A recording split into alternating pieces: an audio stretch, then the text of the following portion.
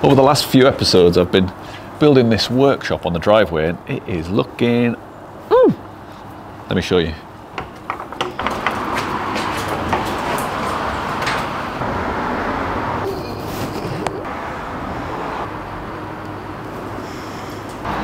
What the?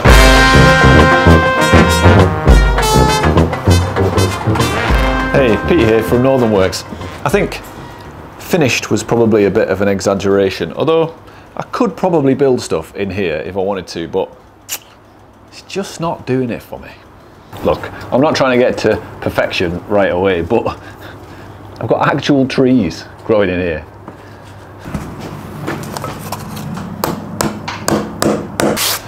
Right, the most important thing I want to do in here is just brighten the place up, so I'm going to get these lights on. But before I can do that, let's get things tidy.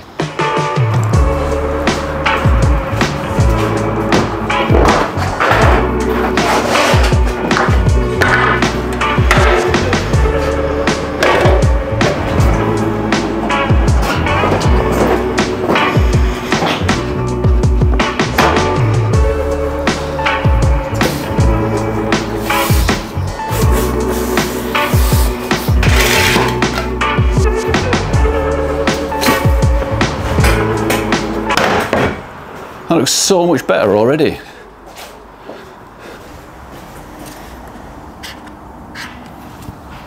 Now this is a pretty good sized space, but even with this massive roof light in July, it's quite dingy, especially that corner, which is going to be rubbish for furniture making, especially in the autumn when it gets dark at like midday.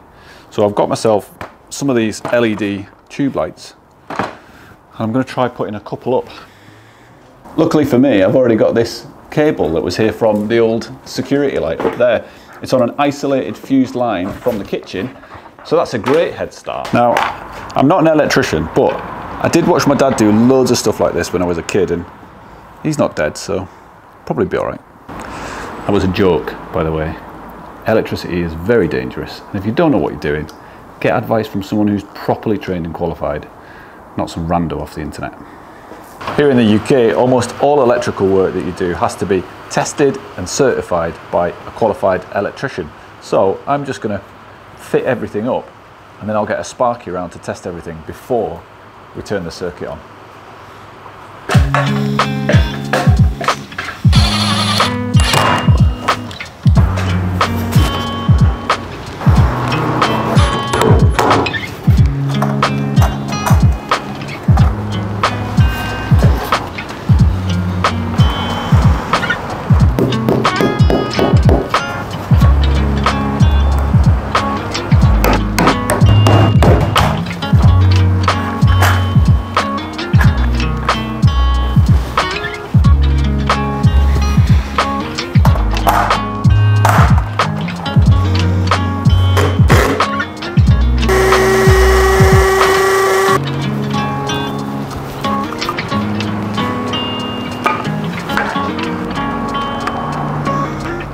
Lost my screwdriver, so I'm having to make do with the bit holder. Certainly not ideal.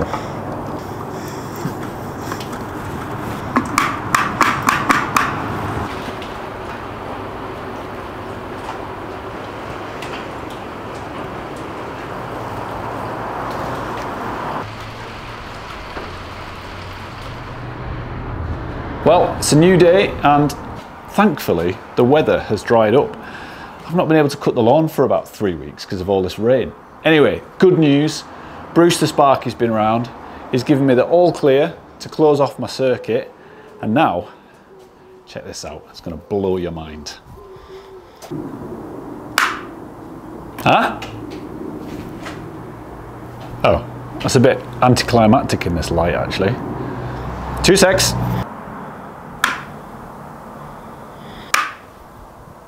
They're all right.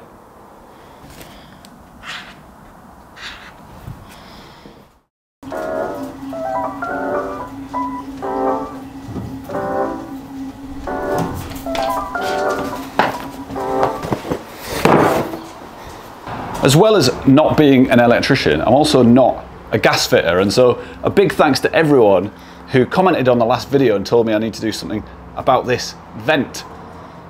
My mate is a gas fitter, and so I texted him and said, what's the best way to deal with this and get it out of the way? And he said, get the manufacturer's kit and follow the instructions. So we'll give it a shot. And listen, just like with electricity, the gases that come out of this thing are going to be harmful to you and your family. So if you're not sure what you're doing, or you've not read the regulations, get some help from a registered, qualified professional.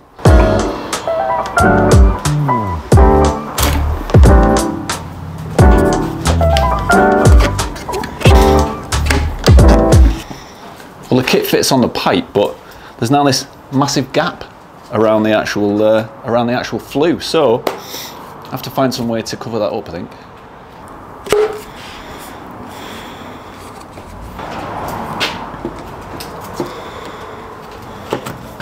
Yeah, that works. And actually, having that bit of extra length is going to help it line up with where I need to drill a hole in the roof.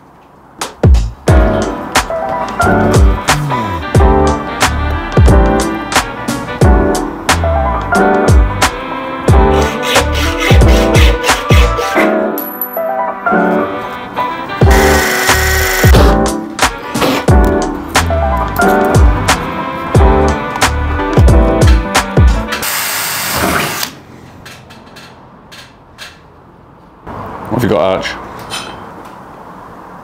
Bring it here. Well, probably pretty predictably for our British weather, it started raining just as I need to go on the roof, which means I need to get a wriggle on in between showers and get this hole cut.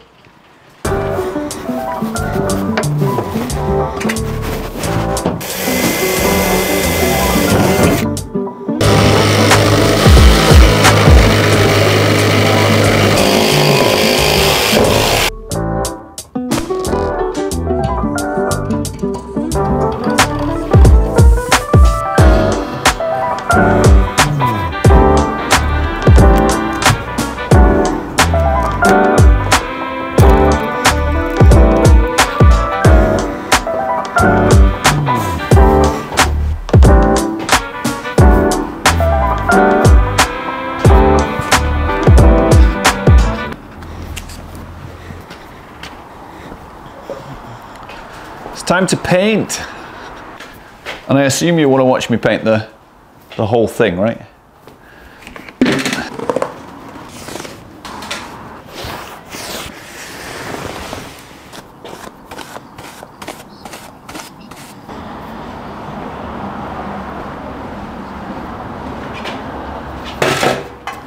I've got to be honest with you, I did not enjoy doing that painting.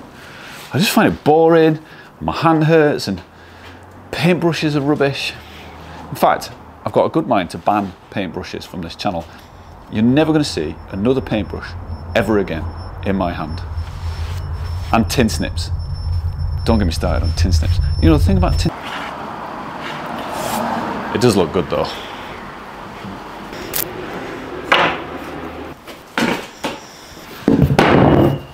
Alright, so for the wood store, I'm going to use an idea that I first saw Laura Kampf using in one of her videos, and I'll see if I can dig that out and link to it in the description for you. Basically, we use a bit of leftover 2x4s attached to the posts like this, and then it just creates a nice simple platform for any leftover planks.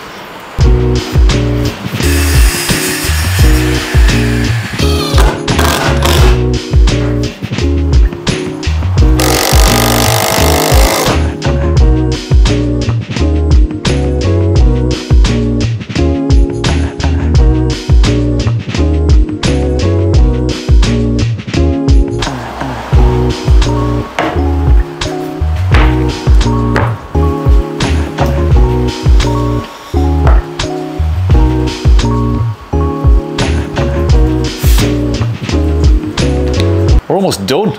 I mean, the place is looking so much better already, and we're not even finished on the list. Now, I've been thinking about the bin thing, and I haven't quite yet come up with a solution that I really like for making it look nice. So I'll have to come back to that. But I do have a solution for the tool storage. Hang on. I built this one last year, and thankfully I had the good sense to put wheels on it, which should make getting it out of this office a whole lot easier. For some people, the question will be, well, why go to all this bother to turn the side of your house into a workshop? And for me, it comes down to two things. The first one is, that is my office. It's not supposed to be a workshop. And the only reason I was in there is because I needed somewhere dry to work. We've got a plan to turn that into our guest house, and we can't have sawdust flying around everywhere when guests come. And the second is inspiration. I know I could just keep working on the side of the house and making do and all of these sorts of different things, but I've got plans to make some really nice furniture, and I want somewhere that inspires me to do good creative work. I want somewhere that inspires me to really think about what I'm doing and put the extra effort in. So yeah, I'll put the extra effort in to turning the side of my house into a nice place to work.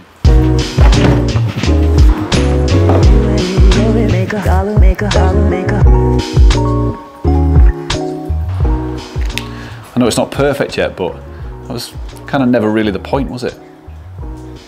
It's so much lighter and brighter in here. I can't wait to get in here with the tools and start building again. And look, I've even got a workbench. Although, I reckon we can do a little bit better than that, but you'll have to wait till the next video to find out what I mean. I hope I've inspired you to spend a little bit more time on and in your workshop. And if you did enjoy the video, give it a like, help some other folks find it. See you again.